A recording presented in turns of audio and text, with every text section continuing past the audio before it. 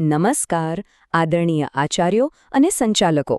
આજે આપણે રાષ્ટ્રીય શિક્ષણ નીતિ 2020 પર વિગતવાર વાત કરવાના છીએ, ખાસ કરીને એના અમલીકરણ વિશે। આ નીતિ શિક્ષણ જગતમાં એક મોટો બદલાવ લાવવાની છે અને એને સફળ બનાવવાની જવાબદારી આપણા સૌની છે। તો ચાલો શરૂઆત કરીએ આ નીતિના મૂળ વિચારથી। એનો સૌથી મોટો ઉદ્દેશ્ય શું છે? જુઓ, ગોખણપટ્ટીને બદલે વૈચારિક સમજ પર ભાર। આ એક વાક્ય જ બધું કહી દે છે, ખરું ને? આપણે હવે શીખવાની આખી રીત બદલવા જઈ રહ્યા છીએ। આજે આપણે કયા મુદ્દા ઉપર વાત કરીશું એની એક ઝલક જોઈ લઈએ। આપણે શિક્ષણની નવી દ્રષ્ટિથી શરૂ કરીશું, પછી 5+3+3+4ના નવા માળખાને સમજીશું, ત્યાર પછી નવો અભ્યાસક્રમ, મૂલ્યાંકનની નવી રીતો અને શિક્ષકોના સશક્તિકરણ પર વાત કરીશું, અને છેલ્લે આ બધા પરિવર્તનમાં તમારો એટલે કે શાળાના નેતૃત્વનો શું રોલ રહેશે એના પર પણ ચર્ચા કરીશું। ચાલો તો સૌથી પહેલા વાત કરીએ શિક્ષણ માટેની આ નવી દ્રષ્ટિની। આ બધા ફેરફારોની પાછળ કયા માર્ગદર્શક સિદ્ધાંતો છે? કારણ કે જો શા માટે એ સ્પષ્ટ હોય તો કેવી રીતે એ સરળ બની જાય છે? આ નીતિના મુખ્ય 3 પાયા છે। પહેલો છે સર્વાંગી વિકાસ, એટલે કે આપણે માત્ર પુસ્તકીય જ્ઞાન નહીં પણ વિદ્યાર્થીના બૌદ્ધિક, સામાજિક, શારીરિક અને ભાવનાત્મક એમ દરેક પાસા પર ધ્યાન આપવાનું છે। બીજું છે વિવેચનાત્મક વિચારસરણી। ગોખણપટ્ટીને તદ્દન ભૂલી જઈને વિદ્યાર્થીઓ જાતે વિચારે, તર્ક લગાવે અને કંઈક નવું સર્જન કરે એના પર ફોકસ કરવાનું છે। અને ત્રીજું બહુભાષીવાદ। ખાસ કરીને શરૂઆતના વર્ષોમાં માતૃભાષામાં શિક્ષણ પર ભાર મૂકવામાં આવ્યો છે, કારણ કે એનાથી બાળકો ઝડપથી શીખે છે। ઓકે, સિદ્ધાંતો તો સમજ્યા, પણ હવે સૌથી મોટો અને દેખીતો ફેરફાર જે આપણી સ્કૂલોમાં આવવાનો છે એ છે આ નવું માળખું। ચાલો આ 5+3+3+4ની રૂપરેખા શું છે એને બરાબર સમજીએ। આખી સિસ્ટમને હવે 4 તબક્કામાં વહેંચી દેવામાં આવી છે। પહેલો છે ફાઉન્ડેશનલ સ્ટેજ, 3 થી 8 વર્ષના બાળકો માટે। અહીં બધું જ રમતગમત અને પ્રવૃત્તિઓ આધારિત હશે, જેથી અક્ષર જ્ઞાન અને સંખ્યા જ્ઞાન પાયાથી જ મજબૂત બને। પછી આવે છે પ્રિપેરેટરી સ્ટેજ, 8 થી 11 વર્ષ માટે। અહીં વાંચન, લેખન અને ગણિતમાં માસ્ટરી મેળવવા પર ફોકસ રહેશે। ત્રીજો છે મિડલ સ્ટેજ, 11 થી 14 વર્ષ માટે। અને જુઓ, અહીંથી જ વ્યાવસાયિક કૌશલ્યો અને કોડિંગ જેવી વસ્તુઓનો પરિચય શરૂ થઈ જશે। અને છેલ્લે સેકન્ડરી સ્ટેજ, 14 થી 18 વર્ષ માટે। આમાં સૌથી મોટી વાત એ છે કે આર્ટ્સ, કોમર્સ, સાયન્સ જેવા કોઈ કડક ભાગલા નહીં રહે। તો આપણે નવું માળખું જોયું। હવે સવાલ એ થાય કે આ નવા માળખાની અંદર વિદ્યાર્થીઓ શીખશે શું? અભ્યાસક્રમમાં શું બદલાવ આવી રહ્યા છે? ચલો એના પર એક નજર કરીએ। આ એક બહુ જ મહત્વનો મુદ્દો છે। વ્યાવસાયિક શિક્ષણ હવે ધોરણ 6 થી જ શરૂ થઈ જશે।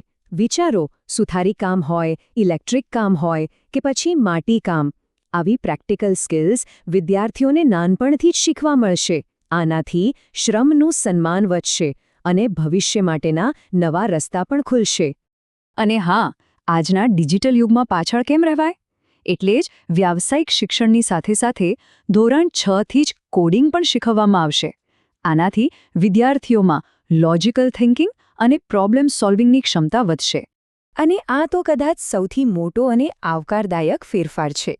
હવે આર્ટ્સ, કોમર્સ અને સાયન્સના એ જૂના અને કડક બંધનો નહીં રહે। જો કોઈ વિદ્યાર્થીને ફિઝિક્સની સાથે મ્યુઝિક ભણવું હોય તો એ ભણી શકશે। એમને પોતાની રુચિ પ્રમાણે વિષયો પસંદ કરવાની પૂરી સ્વતંત્રતા મળશે। આનાથી શિક્ષણ ખરા અર્થમાં બહુવિષયક બનશે। હવે જ્યારે શીખવાની રીત બદલાઈ રહી છે તો પછી સફળતા માપવાની રીત પણ બદલાવી જોઈએ ને? એટલે જ મૂલ્યાંકનની પ્રણાલીમાં પણ મોટા ફેરફારો આવી રહ્યા છે। ચાલો જોઈએ કે એ શું છે। જૂના રિપોર્ટ કાર્ડને હવે ભૂલી જાઓ, એની જગ્યાએ આવી રહ્યું છે 360 ડિગ્રી રિપોર્ટ કાર્ડ। આનો અર્થ શું છે? આમાં માત્ર શિક્ષકો માર્ક્સ નહીં આપે, વિદ્યાર્થી પોતે પોતાનું મૂલ્યાંકન કરશે, એના મિત્રો, સહપાઠીઓ પણ એનું મૂલ્યાંકન કરશે અને પછી શિક્ષકો તો કરશે જ। આનાથી માત્ર ભણવામાં નહીં પણ વિદ્યાર્થીના વ્યવહાર, કૌશલ્ય અને બીજા ઘણા પાસાઓનું સાચું ચિત્ર મળશે।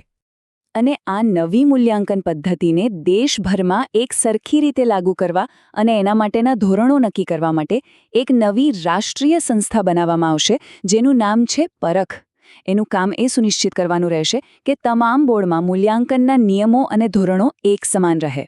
પરખનું પૂરું નામ છે performance assessment review and analysis of knowledge four holistic development. ચાલો, અત્યાર સુધી આપણે વિદ્યાર્થીઓ અને અભ્યાસક્રમની વાત કરી, પણ આ બધા ફેરફારોને જમીન પર ઉતારશે કોણ? આપણા શિક્ષકો. એમના વગર આ બધું શક્ય જ નથી. એટલે જ આ નીતિમાં શિક્ષકોના સશક્તિકરણ પર ખૂબ જ ભાર મૂકવામાં આવ્યો છે. આ એક બહુ જ મહત્વની વાત છે જેના પર તમારે ખાસ ધ્યાન આપવાનું છે. અત્યારે શિક્ષક બનવા માટે અલગ-અલગ લાયકાત ચાલે છે, પણ 2030 સુધીમાં 4 વર્ષની ઇન્ટિગ્રેટેડ બીએડ ડિગ્રી જ શિક્ષક બનવા માટેની ઓછામાં ઓછી લાયકાત બની જશે. એટલે આવનારા વર્ષો માટે આપણે આ ફેરફાર માટે તૈયાર રહેવું પડશે. માત્ર લાયકાત જ નહીં, શિક્ષકોને સતત સપોર્ટ અને ટ્રેનિંગ મળે એની પણ વ્યવસ્થા છે. તેમના માટે નેશનલ પ્રોફેશનલ સ્ટેન્ડર્ડ્સ ફોર ટીચર્સ બનાવવામાં આવશે. આ ઉપરાંત દીક્ષા અને નિષ્ઠા જેવા ઓનલાઈન પ્લેટફોર્મ્સ દ્વારા તેમને સતત તાલીમ મળતી રહેશે. અને હા, MHRDનું નામ બદલીને હવે શિક્ષણ મંત્રાલય કરી દેવાયો છે, જે દર્શાવે છે કે ફોકસ હવે માત્ર શિક્ષણ પર જ છે. તો આટલી બધી ચર્ચા પછી આ બધી બાબતોનો તમારા માટે એટલે કે શાળાના નેતૃત્વ માટે શું અર્થ થાય છે? ચાલો, એનો સારાંશ જોઈએ. સીધી અને સરળ વાત એ છે કે આ રાષ્ટ્રીય નીતિને કાગળ પરથી ક્લાસરૂમ સુધી પહોંચાડવાની સૌથી મોટી અને મુખ્ય જવાબદારી શાળાના આચાર્યની છે. તમે જે કરી છો, જે આ વિઝનને વાસ્તવિકતામાં બદલશે. તો હું આ ચર્ચા એક સવાલ સાથે પૂરી કરવા માંગીશ. એક એવો સવાલ જે આપણે સૌએ આપણી જાતને પૂછવાનો છે. આ નવા યુગની જે માંગ છે, એટલે કે સર્જનાત્મકતા અને વિવેચનાત્મક વિચારસરણી, એને આપણે આપણી શાળાઓમાં કેવી રીતે વિકસાવીશું? આનો જવાબ શોધવામાં જ આ નીતિની સાચી સફળતા રહેલી છે.